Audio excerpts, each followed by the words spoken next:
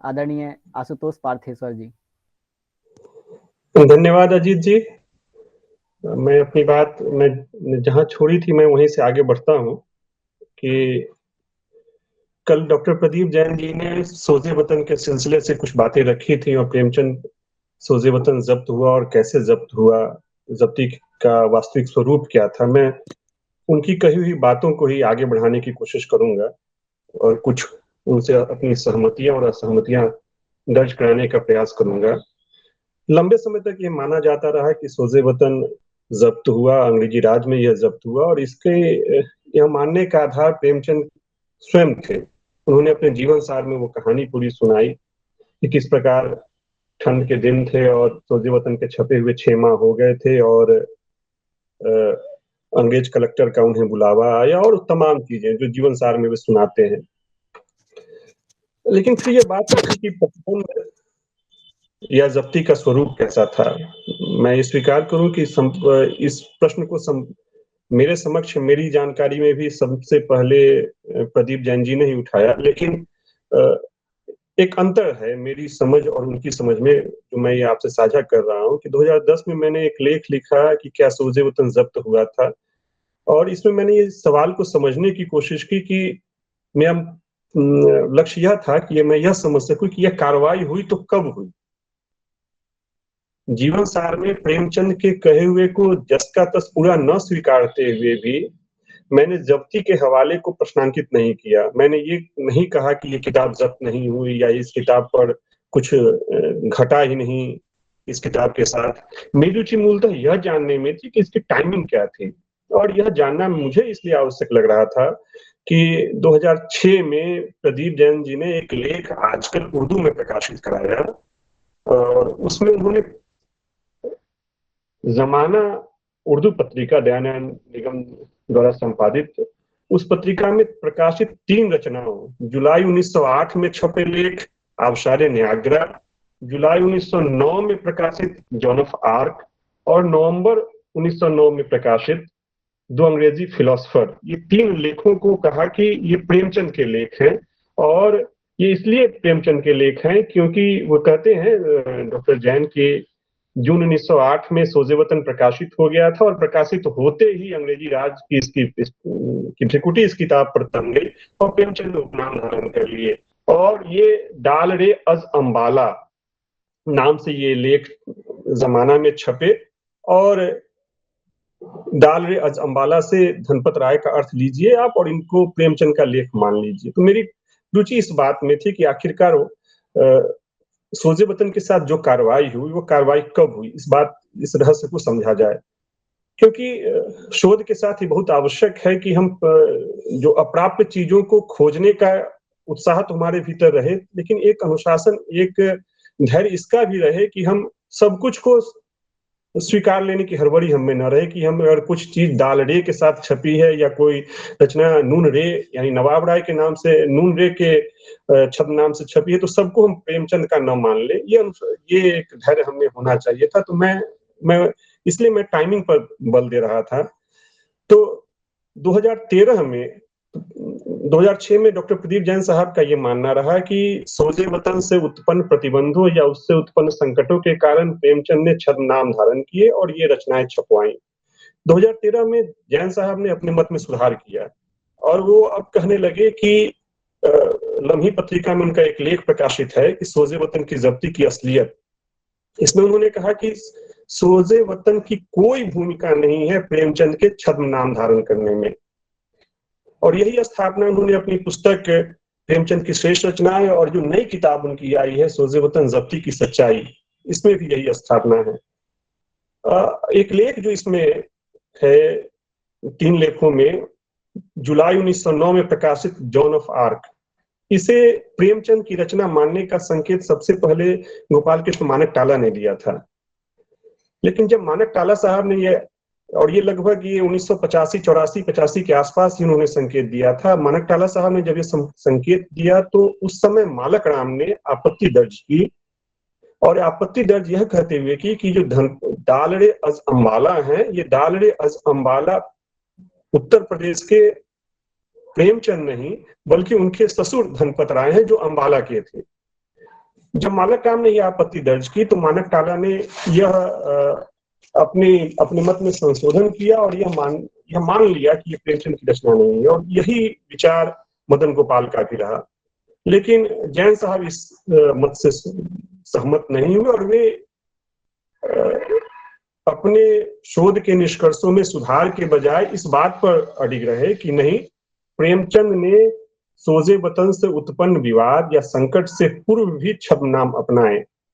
मैंने अपनी किताब प्रेमचंद का सोजे वतन में सोजे वतन पर होने वाली कार्रवाई की टाइमिंग मूलतः प्रेमचंद तब तक मेरी पहुंच जो आर्काइवल डॉक्यूमेंट जो तक नहीं थी, जहां तक जैन साहब की पहुंच हुई है, मैंने उसके विज्ञापनों के आधार पर जो यह समझने की कोशिश की थी कि अंतिम विज्ञापन कब तक प्रकाशित हुआ, और जब तक विज्ञापन प्रकाशित हुआ तब तक मेरी ये मान्यता रही कि उस किताब पर कोई कार्रवाई कम से कम नहीं ही हुई होगी। तो सोजे वतन का उल्लेख मुझे जमाना के अगस्त सितंबर 1909 के अंक तक मिला, अगस्त सितंबर 1909 में प्रकाशित विज्ञापन तक मिला। और रोचक बात यह है कि अगस्त सितंबर 1909 का यह जो अंक, ये अक्टूबर 1909 के बाद आया था। बल्कि संकेत यह भी मिलता है जमाना में कि संभव है कि ये हम अर्थ ग्रहण कर सकते हैं कि ये नवंबर 1909 में आया होगा, या हो सकता है दिसंबर में भी आया हो। बहुत लेट से यह अंक तैयार हो गया था और सूचना वहां छपी हुई है कि किसी कारण से यह अंक खराब हो गया और इसको फिर से प्रिंट किया जाएगा। तो अगस्त सितंबर के अंक में ये सूचना छपती है कि सोजे वतन किताब को मुफ्त दिया जाएगा, उपहार के रूप में दिया जाएगा, जो जमाना पत्रिका की मेंबरशिप लेंगे। तो मैं ये मान के चल रहा था कि नवंबर दिसंबर तक तो इस किताब पर कोई विवाद नहीं उत्पन्न हुआ होगा, या हुआ होगा तो प्रेमचंद को इसकी खबर नहीं रही होगी, दयानंद निगम को इसकी खबर नहीं रही होगी। अगर खबर रही होती तो इसका विज्ञापन नहीं छपता। अब आप याद करें जीवन सार को। जीवन सार में प्रेमचंद ने लिखा है कि किताब को छपे हुए 6 महीने हुए थे और उन्हें बुलावा आया था, ठंड का मौसम था। तो प्रेमचंद मौसम तो याद रखते हैं लेकिन समय थोड़ा सा भूल जाते हैं। बहुत संभव है 24 साल के बाद वे सब कुछ लिख रहे होते हैं।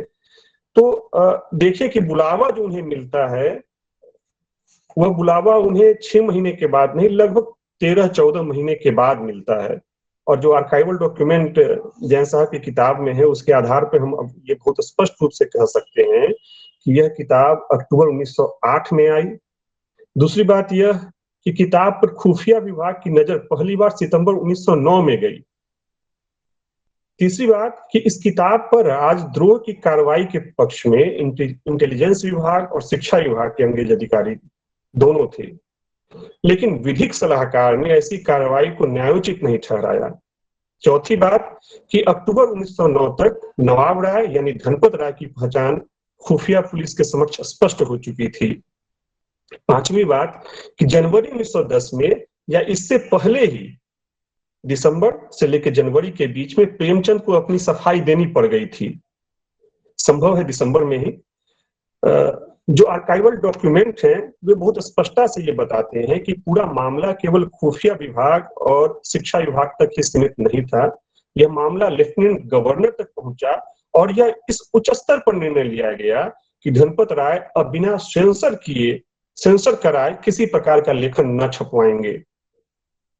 और इस निर्णय से भारत सरकार के गृह विभाग के सचिव को भी अवगत कराया गया। यह भी कहा गया, उसी लेफ्टिनेंट गवर्नर के स्तर पर यह निर्णय लिया गया कि किताब की जो अनबिकी प्रतियां हैं उनको जब्त किया जाए, उनको प्रसारण से बेचने से रोक लिया जाए। आर्काइवल डॉक्यूमेंट में जो अंतिम प्रविष्टि है वो 28 फरवरी 1910 की है, यानी 28 फरवरी 1910 तक ये किताब जमा करा दी गई थी, किताब की जो अनबिकी प्रतियां थी। इसी बीच अगर प्रेमचंद का जो सर्विस बुक है वह हम देखें, जो उसमें 8 फरवरी 1910 की एक प्रविष्टि है जो ध्यान देने लायक है। वो प्रविष्टि यह है कि has done very well Indeed here. शिक्षा विभाग का एक अधिकारी यह टिप्पणी कर रहा है और यह टिप्पणी हमारा ध्यान खींचती है कि एक और उनसे सोजे वतन किताब को जमा कराने के लिए कहा जा रहा है, दूसरी ओर जिस महकमे में वे काम करते हैं, जिसके अधिकारी उन पर बड़ी कार्रवाई चाहते हैं, कड़ी कार्रवाई चाहते हैं, वहीं एक अंग्रेज अधिकारी यह भी टिप्पणी कर रहा है कि has done very well Indeed here. अब ये लगता है कि ये अधिकारी कोई और नहीं बल्कि वही डिप्टी इंस्पेक्टर ऑफ स्कूल है, जिसके संबंध में प्रेमचंद ने जीवन सार में उल्लेख किया है कि कार्रवाई के वक्त उनका व्यवहार उच्च अधिकारियों की तुलना में बल्कि उनके विपरीत प्रेमचंद के प्रति सदाशयता से भरा हुआ था। कार्रवाई की जो पत्रावली उपलब्ध है वह पूर्ण नहीं है। जैन साहब ने भी इसे माना है। इस पूरी प्रक्रिया में खुफिया विभाग और शिक्षा विभाग की कार्रवाई में जो मामला प्रांत के माफ कीजिएगा, संयुक्त प्रांत के मुख्य सचिव और लेफ्टिनेंट गवर्नर तक पहुंचता है, उसमें जिलाधिकारी की कोई भूमिका न रही हो, इस पर सहसा विश्वास नहीं होता। संभव है अगर पूरी पत्रावली हमारे पास आज उपलब्ध होती तो वह पक्ष भी सामने आता। अब कल डॉक्टर प्रदीप जैन ने ये बात स्वीकारी, उन्होंने ये संभावना व्यक्त की जो किताब की जब्ती का जो मामला हुआ इसे एक्सक्यूट किया गया होगा या जिलाधिकारी के स्तर पे एक्सक्यूट किया गया होगा। यानी प्रेमचंद ने जो अपने जीवन सार में कहा वह भ्रामक नहीं, वह असत्य नहीं, वह सत्य के करीब है। मैंने पूर्व में अभी आपके सामने कहा कि अगस्त सितंबर 1909 में सोजे वतन से संबंधित विज्ञापन, उसमें इस किताब को जमाना की मेंबरशिप लेने पर गिफ्ट में देने की बात है। यह अंक नवंबर के बाद आया था, संभवतः दिसंबर में, और लगभग यही वह समय है जब प्रेमचंद को अपनी सफाई देनी पड़ी थी। और यह भी आप ध्यान देखिएगा कि 1908 के अगस्त में, तब जबकि सोजे वतन का पहला विज्ञापन आता है, वहां से लेकर के 1909 के इस अंतिम महीने तक जब सोजे वतन के विज्ञापन निरंतरता के साथ छपते हैं, लेकिन 1910 में सोजे वतन का कोई विज्ञापन नहीं मिलता जमाना पत्रिका में। और मेरे लिए प्रेमचंद साहित्य के विद्यार्थी के लिए सोजे वतन पर कार्रवाई का यह समय मायने रखता है, क्योंकि इस समय से पहले नवाब राय यानी धनपत राय के किसी उपनाम, चाहे वह नून रे के उल्लेख से हो, चाहे वह दाल रे के उल्लेख से हो, उसे प्रेमचंद की रचना मानना अनुचित है, उसका कोई औचित्य नहीं है। हम यह लोग छोड़ दें कि इसके पहले 1905 में भी प्रेमचंद ने आवाज़े खल्क में हुक्का और सिगरेट लिख लिया, और 1906 में उन्होंने महकमा तालीम में एक अंधेर शीर्षक लेख लिखा, या जॉन ऑफ आर्क लिखा, या दो अंग्रेजी फिलोसफर लिखा, आबशार नियाग्रा लिखा। प्रेमचंद को कोई जरूरत ही नहीं थी इस विवाद से पूर्व अपनी पहचान को छुपाने की या किसी उपनाम के सहारे अपनी बात रखने की। एक बात और जो समर यात्रा के सिलसिले में इन दो रचनाओं का उल्लेख प्रेमचंद साहित्य में किया जाता है कि जागरण साप्ताहिक में सूचना प्रकाशित है कि आज तारीख 24 मार्च को प्रेमचंद ने लिखा है कि आज तारीख 24 मार्च को स्थानीय खुफिया पुलिस के इंस्पेक्टर श्री दलीप सिंह प्रेस में आए और श्री प्रेमचंद जी लिखित समर यात्रा नामक राजनीतिक कहानी संग्रह की लगभग 200 प्रतियां उठा ले गए। 1908 में तो ये हो रहा था कि वो मामला पूरा लेफ्टिनेंट गवर्नर तक पहुंचता है, लेकिन यह जो अब जो समर यात्रा के साथ यह भी नौबत नहीं आती और अंग्रेज अधिकारी एक अंग्रेज सरकार का मुलाजिम आता है और किताब की प्रतियां उठाकर ले जाता है। प्रेमचंद को कोई अपेक्षा रही होगी कि कोई विधिवत ढंग से इसे सब कुछ किया जाए, इसकी उम्मीद प्रेमचंद को भी न रही होगी। ये तो एक पक्ष है जो के सिलसिले में। मैं एक दूसरी बात इससे जुड़ा हुआ जरूर रखना चाहूंगा, बहुत संक्षेप में। खुफिया विभाग ने एक रिपोर्ट की कि यह किताब वहीं बिक रही है, वहीं पर मिली जहां पर सरदार अजीत सिंह की किताबें बेची जा रही हैं।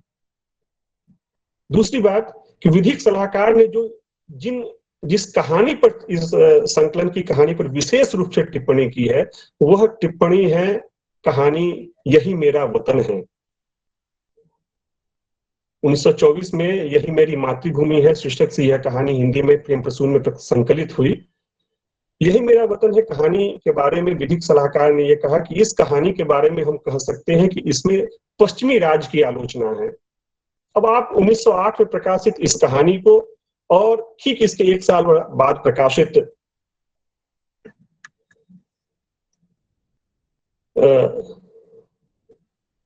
माफ करेंगे हिंद स्वराज को आमने सामने रख करके पढ़िए।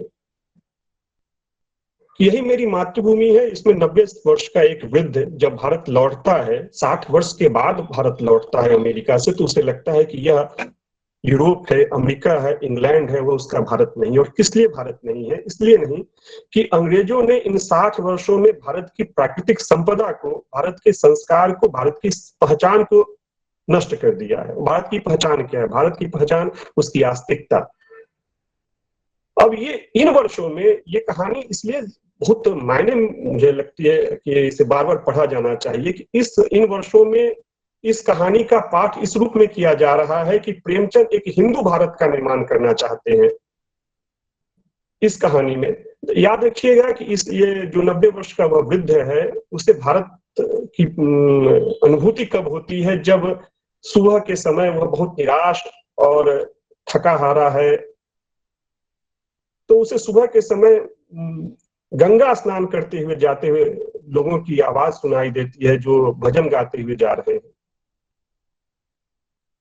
यह हिंदू राज या हिंदू मत की स्थापना का उद्देश्य नहीं है। प्रेमचंद जिस सात्विकता की अपेक्षा कर रहे थे, क्योंकि वह जो 30 वर्षीय युवक जो अमेरिका जाता है और 60 वर्ष बिता करके वापस लौटता है, उसे जो चीज भारत में अखरती है वह भारत की प्रकृति नहीं है, भारत का स्वभाव खो चुका है। यहाँ चरित्र की जो भारत का जो चरित्र है वह खो चुका है। इसलिए बहुत जरूरी है कि इस कहानी को, और फिर वे एक बहुत सभ्यता विमर्श भी इस कहानी में है कि वे रेल की आलोचना करते हैं, पश्चिमी शिक्षा की प्रेमचंद इस कहानी में आलोचना करते हैं। पश्चिम का जो बाजारवाद उभर रहा है और जो भारतीय उसके शिकार होते जा रहे हैं, इसकी आलोचना इस कहानी में करते हैं। तो हिंद स्वराज के साथ इस कहानी को जरूर पढ़ा जाना चाहिए। इस कहानी के बारे में जो विधिक सलाहकार ने एक बड़ी मार्के की टिप्पणी की है कि ये कहानी ऊपर से, इस संकलन की कहानियों में तो कुछ ऐसा नहीं है कि इसे राजद्रोह कहा जाए, लेकिन ये कहानी जो इनके पास इंसाइट है, अंतर्दृष्टि जिनके पास है, वे इस कहानी से प्रेरित और प्रभावित हो सकते हैं। और प्रेमचंद सोते वतन की दिवाचे में यही बात तो कह रहे थे कि 2 दौर गुजर चुके हैं। एक दौर था जब इश्क और माशूके की बात होती थी, एक दौर आया जब सुधार की बात आई, ये तीसरा दौर है जब हुब्बुल वतनी ने कौम के दिमाग और कौम के दिल पर अपने को मुतहर्रिक करने की कोशिश की है। तो ये तीसरे दौर की कहानी थी। ये तीसरे दौर का आगाज सोजे वतन के जरिए होता है। ये किताब विधिवत रूप से जिलाधिकारी ने इसे बुलाया, प्रेमचंद को बुलाया न बुलाया, उससे ज्यादा मायने इस बात में ये किताब रखती है कि इसने लोगों के दिल और दिमाग को सक्रिय करने की जो कोशिश, जो मंशा प्रेमचंद की थी, उसमें इसने सफलता पाई। मैं इसी के जरिए अपनी बात समाप्त करता हूँ। धन्यवाद।